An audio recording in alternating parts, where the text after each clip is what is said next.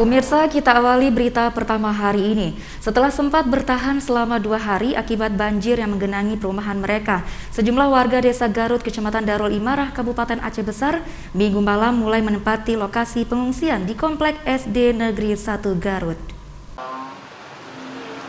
Hingga Minggu malam 11 Juli 2021, sebanyak 25 kepala keluarga korban banjir di Desa Garut, Kecamatan Darul Imarah, Kabupaten Aceh Besar, telah menempati lokasi pengungsian yang disediakan pemerintah setempat. Warga yang mengungsi ini dan menempati ruang belajar sekolah.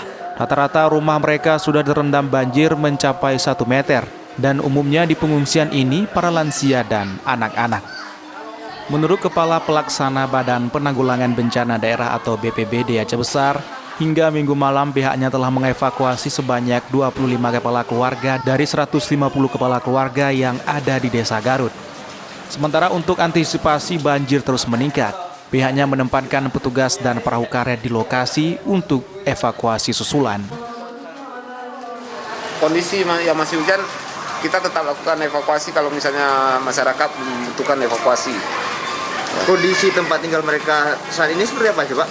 Banyak yang udah tergenang, udah masuk air ke rumah, dan banyak masyarakat yang masih menunggu. Sepanjang air belum masuk ke rumah, mereka banyak juga yang belum mau mengungsi.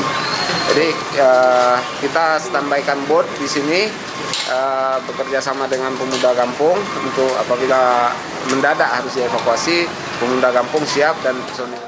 Selain melakukan evakuasi di Desa Garut, BPBD Aceh Besar turut juga melakukan evakuasi terhadap warga yang terjebak banjir di Komplek Villa Buana, Desa Ajun, Kecamatan Pekanbadak, Aceh Besar.